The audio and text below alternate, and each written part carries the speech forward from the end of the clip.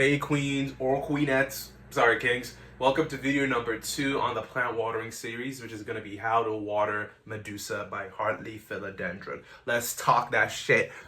So Medusa is right here in the little centerpiece, and because of her vine, she might be a little bit hard to maneuver. So you want to make sure you untangle her vines first. So I'm just moving that little guy out of the way, and you want to look behind her, look around, see all the vines are like not hooked to anything, and you just want to grab the little head and you just lift up slowly. You see? Now you can carry her to the sink. Let's go. So when you get to the sink, it's important that you're careful when you're placing down the head, just to make sure that it doesn't squash any of the leaves. So I look down, set it down, and now we do the same thing as we did with Milo, which is we take out the plastic pot, and this is what goes in the sink.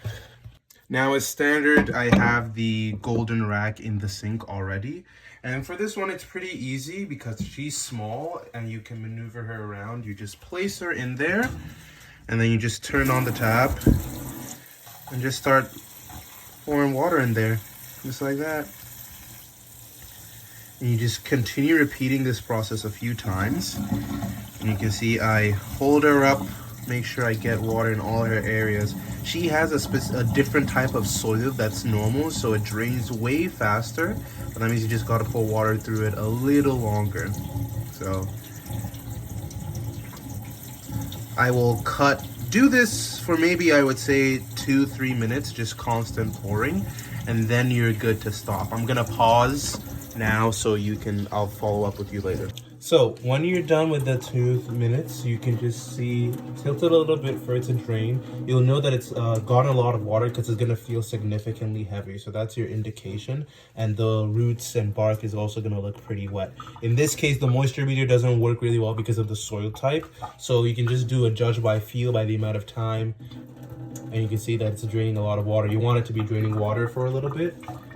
And then we're going to put her back in her pot. So when you're putting her back in your pot, you don't have to worry too much about her still draining water because her pot hasn't emptied and it helps her anyway.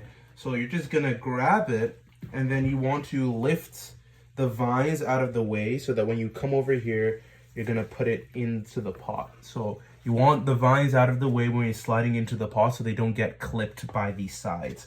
And you're just going to be doing that really closely, looking around. Slide that in just nice. And then I'm just taking a look at her to see if she's doing okay. And then you can turn it around a little bit so the plant gets sunlight evenly. So I'm just going to turn it slightly. You don't have to do this if you don't want to. That's just helps her with her growth process and whatever. So I think, yeah, we'll put it here. And now we're going to place her back. All right, so to place her back, you just want to place her on top of the little pedestal.